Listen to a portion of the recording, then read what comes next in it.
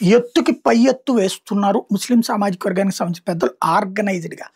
అమెరికాలో వాళ్ళందరి ప్రయత్నం ఫలించింది. మందాని విజయం సాధ్యమైంది.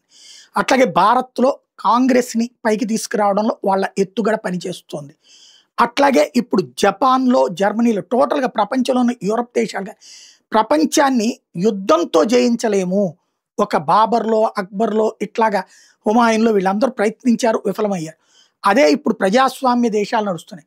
ప్రజాస్వామ్య దేశాల్లో మనం ప్రజాస్వామ్యాన్ని అడ్డం పెట్టుకునినే అక్కడ ఉండేటటువంటి ఒక లెగసీని అడ్డం పెట్టుకుని, ఓట్ బ్యాంక్ రాజకీయాలను అడ్డం పెట్టుకుని, ప్రపంచాన్ని ఇస్లామిక్ రాజ్యాల వైపుకి తీసుకెళ్లాలన్న ప్రయత్నం జరుగుతుంది. అందులో భాగంగా బ్రిటన్‌లో ఎవరైతే వలసదారులుగా వెళ్ళినటువంటి వాళ్ళు, ఇప్పుడు ఎవరైతే ముస్లిం దేశాల్లోనే ముస్లింలు వివక్షకు గురై వేరే దేశాలకు వలస వెళ్తారు.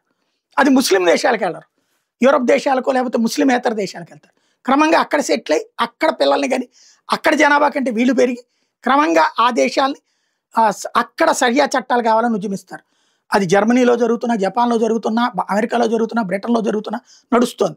2050 నాటికి బ్రిటన్ అయితే ఇస్లామిక్ రాజ్యం కాబోతోందన్నది. ఇప్పుడు అమెరికా ఆ బాటలో ప్రయాణించబోతోంది అన్నట్టు మందాని తర్వాత తెలుస్తుంటే, రెండో వైపున జపాన్‌లో ఈ మధ్యనే ఈ ఇస్లామిక్ రాజ్య స్థాపన ఉద్దేశాలు లేకపోతే జపాన్ అమ్మాయిల్ని ఈ చొరబాటుదారులకు వచ్చిన శరణార్థులు వేధిస్తున్నారన్న వివాదంతో పబ్లిక్ రివోల్ట్ అవుతుంటే, ఇప్పుడు రివర్స్ అయింది ఏంటి అంటే ముస్లిం చిన్న పిల్లల చేతన మా వాళ్ళని ప్రపంచంలో ఎక్కడైతే సఫర్ అవుతున్నారో వాళ్ళని ఇక్కడికి తీసుకొచ్చే బాధ్యత మీకు లేదా అంటూ కొత్త ఊరేగింపుకు తెరదీశారు.